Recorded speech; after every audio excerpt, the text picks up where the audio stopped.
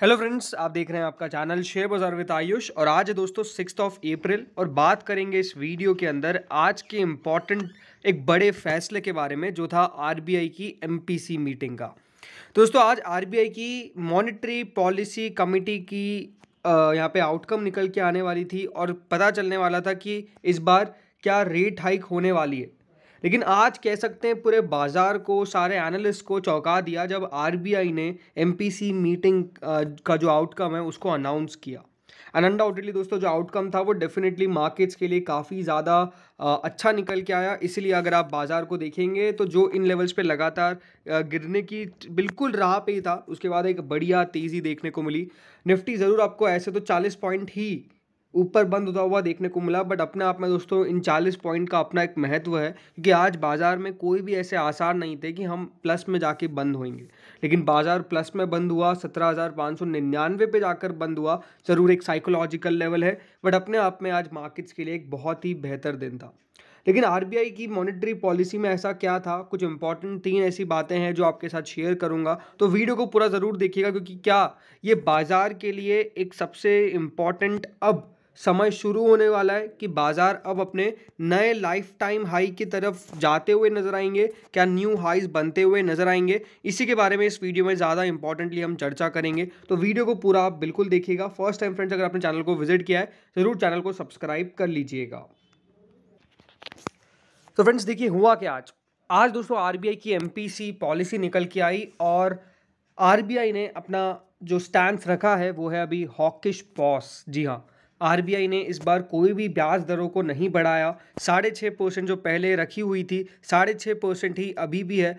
बाजार मान के चल रहा था कि इस बार 25 बेसिस पॉइंट यानी 6.50% से बढ़ के 6.75% तक इस बार रेट हाइक की जा सकती है। बिकॉज जो ग्लोबल बैंक्स है वो अभी तक दोस्तों कहीं भी रेट हाइक को बंद नहीं कर रहे हैं, वो लगातार रेट हाइक करते जा रहे हैं। लेकिन हमने यहाँ पर डेफिनेटली एक हॉकिश लिया व्यू और पॉज कर दिया रेट हाइक को। कहा कि डेफिनेटली जो आज सबसे इंपॉर्टेंट वर्ड या फिर आप हर जगह देखेंगे वो यही था कि RBI surprise the markets with a hawkish pause, kept rates unchanged and retain the withdrawal of accommodation। जो इनका स्टैंस था उन्होंने इसको रिटेन किया है, जो विड्रॉल ऑफ अकोमोडेशन स्टैंस है।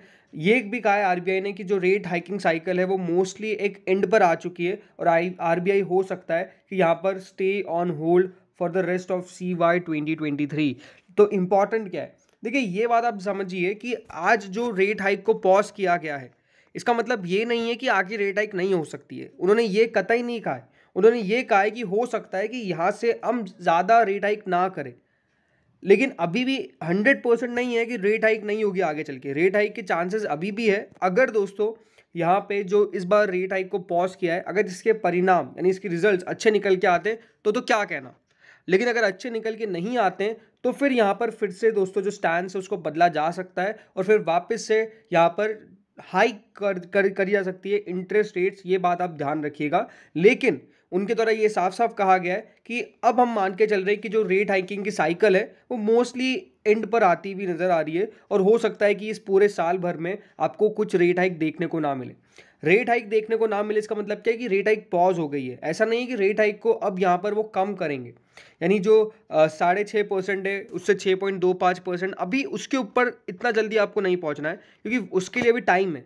अभी अगर पॉज भी रहेगा तो ये अपने आप में काफ़ी बढ़िया है, बिकॉज ब्याज दरें जब तक लगातार बढ़ती रहेगी तब तक ये इक्विटी मार्केट्स के लिए बहुत अच्छा नहीं है। ये बात ध्यान रखिएगा।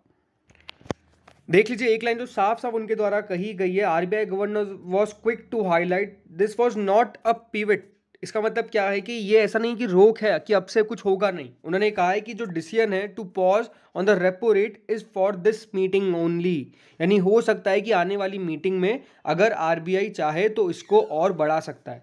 जो विड्रॉल ऑफ अकोमोडेशन स्टैंस है उसको वोटिंग मिली थी एज 5:1। ये बात ध्यान रखिएगा, टोटल मिला के 6 मेंबर्स है और पहली बार ये इंपॉर्टेंट है कि दोस्तों 6 मेंबर्स ने ये कहा कि इस बार रेट हाइक तो नहीं करनी है। ये सबका डिसीजन था, सब ने यही कहा। ये अपने आप में एक और बढ़िया बात है, राइट। पर अब सबसे इंपॉर्टेंट क्वेश्चन निकल के आता है कि जब सारे सेंट्रल बैंक्स रेट हाइक कर रहे हैं तो हमारे सेंट्रल बैंक ने रेट हाइक क्यों नहीं किया। तो देखिए उन्होंने 2 फैक्टर साफ साफ बताया। उन्होंने कहा कि पहला फैक्टर तो यही है कि जो हाई फ्रीक्वेंसी इंडिकेटर्स है उन्होंने ये सजेस्ट किया है कि जो ग्लोबल इकोनॉमिक एक्टिविटी है वहाँ पर इंप्रूवमेंट है, और इसीलिए जो आउटलुक है वो अभी ये मान के चल रहा है कि ज़्यादा कुछ दिक्कत नज़र नहीं आनी चाहिए, और फाइनेंशियल स्टेबिलिटी के बहुत जगह पे थोड़े बहुत कंसर्न्स है, जैसे कि अमेरिका, राइट, वहाँ पे बैंक्स डूब गए, क्यों डूबे? Just because of rate hike. तो इसीलिए वहाँ पे मान के चलते हैं कि इससे, क्योंकि हमारे इंडिया के जो बैंक्स हैं वो तो डेफिनेटली काफ़ी स्ट्रॉन्ग है उनके मुकाबले, इसीलिए उनको मान के चलना था कि हमारा जो ये डिसीजन है वो, इसलिए सबसे पहला तो ये था कि हमने रेट हाइक को पॉज किया। सेकंड ये था कि जो हेडलाइन इन्फ्लेशन है वो भी मॉडरेट हो रहा है, लेकिन अभी भी डेफिनेटली जो टारगेट्स है सेंट्रल बैंक के उसके ऊपर ही है, लेकिन वो धीरे धीरे करके नीचे आता हुआ नजर आ रहा है, और जो यहाँ पर हम कह सकते हैं कि इन्फ्लेशन है वो धीरे धीरे करके नीचे भी आता हुआ नजर आ रहा है। इसीलिए जो आरबीआई है उन्होंने अपना जीडीपी का फोरकास्ट बढ़ा दिया है। 6.40% था पहले, अब उसको 6.5% पे लेके आ गए। और ये बात ध्यान रखिएगा, 6.40 से 6.5 लोगों को कम लग सकता है, बट ये बात ध्यान रखिएगा ये बहुत ज़्यादा होता है कि यहाँ पर उनका फोरकास्ट बढ़ता हुआ नजर आ रहा है। इसका मतलब क्या है कि जो ग्रोथ रेट है वो हमारी जीडीपी की बढ़िया रह सकती है, 6.5% तक आ सकती है, क्योंकि improving prospect for agriculture sector, rural demand नज़र आ रही है, गवर्नमेंट कैपिटल एक्सपेंडिचर पर फोकस कर रही है, कैपेसिटी यूटिलाइजेशन हो रहा है, और लॉन्ग पीरियड जो एवरेज है, या फिर अगर आप मॉडरेटिंग कमोडिटी प्राइसेस को देखेंगे तो वहाँ पर भी एक अच्छी खासी मैन्युफैक्चरिंग और इन्वेस्टमेंट एक्टिविटी हो रही है, जिसके कारण इनका मानना है कि जो जीडीपी की फोरकास्ट है उसको बढ़ाया जा रहा है 6.5% तक।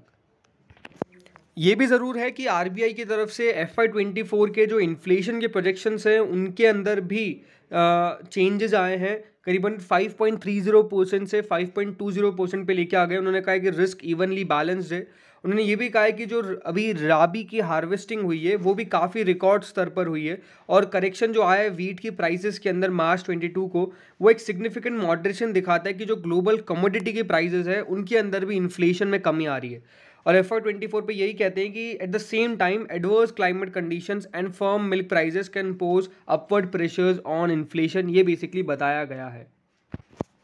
तो देखिए, इसी से मैंने यही बताया कि देखिए ओवरऑल जो हम कह सकते हैं कि आज आरबीआई की मीटिंग का निष्कर्ष था वो यही था कि डेफिनेटली हर चीज़ें काफ़ी अभी उनको बढ़िया दिख रही है, अच्छी दिख रही है, बट अगेन जैसे मैंने कहा कि अगर इस बार इसके नतीजे बढ़िया निकल के आ गए तो डेफिनेटली आगे भी रेट हाइक पॉज रह सकती है, इसकी हम काफ़ी उम्मीद करके चल सकते हैं। और हो सकता है कि हमने पहला कदम लिया है तो बाकी अब सेंट्रल बैंक भी धीरे धीरे करके अपनी रेट हाइक को पॉज करें। कम करने की बात नहीं है, ये बात ध्यान रखिएगा। अब इंपॉर्टेंट क्वेश्चन, क्या बाजार इसके कारण अपने नए 52 हफ्तों के हाइस पर या फिर ऑल टाइम हाइस पर, ये एक क्वेश्चन है। तो डेफिनेटली ये बात ध्यान रखिएगा कि जब भी रेट हाइक पॉज होती है तो ये एक बाजार के लिए तो बहुत अच्छा संकेत है। बहुत अच्छा संकेत क्यों? उसके पीछे कारण यही है कि लगातार दोस्तों इंटरेस्ट रेट हाइक होने से काफ़ी दिक्कतें आती है कंजम्पशन पे, काफ़ी दिक्कतें आती है कंपनीज पे, उनके आउटलुक पे। लेकिन अब जब रेट हाइक पॉज हो चुका है और डेफिनेटली हम कह सकते हैं कि 6.5% सबको पता है कि हाँ इस पे रहने वाली है, तो ये एक अच्छी बात है। बट अगर कभी आगे चल के वापस से रेट हाइक बढ़ा दिया, जैसे 6.75% कर दिया अगली मीटिंग के अंदर, तो ये मार्केट्स को थोड़ा सा नीचे खींच के लेके जाएगा। लेकिन हाँ ठीक है, उसके लिए भी समय है, उस पर अभी ज़्यादा फोकस नहीं है। बट हाँ, यहाँ से चीज़ें हम कह सकते हैं कि ओवरऑल ऑल सुधरती हुई नज़र आ रही है। अब मुझे लगता है कि बाजार ओवरऑल थोड़ा बहुत तेज़ी के मूड में रहेगा। ये इंपॉर्टेंट है कि ग्लोबल इकोनॉमिक कंडीशंस भी सुधरे, बिकॉज अगर वो सुधरेगी तब जाके हम कह सकते हैं कि यहाँ पर सारे बाजारों के लिए एक अच्छा संकेत होगा, और फिर बाजार सारे एक साथ ऊपर जाएंगे। बिकॉज हमारे लिए इंपॉर्टेंट यही कि global equity market specially America बढ़िया करे, बिकॉज वो बढ़िया करेगा तो डेफिनेटली सारे इक्विटी मार्केट्स के अंदर आपको एक पॉजिटिविटी देखने को मिलेगी, और जिससे बाजार ऊपर जाता हुआ नजर आएगा। 52 वीक हाई नए के देखिए पॉसिबिलिटी हम कह सकते हैं कि ठीक है, but again we had to wait. बाजार मुझे अभी लगता है कि 17,850 का एक टारगेट आपको लेके चलना चाहिए, जो बहुत जल्द मुझे लगता है कि निफ्टी में नजर आ सकता है। तो इस वीडियो में इतना ही था। होपफुली वीडियो बढ़िया लगा होगा, अगर लगा तो लाइक कर देना, चैनल से पहली बार जुड़े सब्सक्राइब कर देना। Thank you friends for watching this video.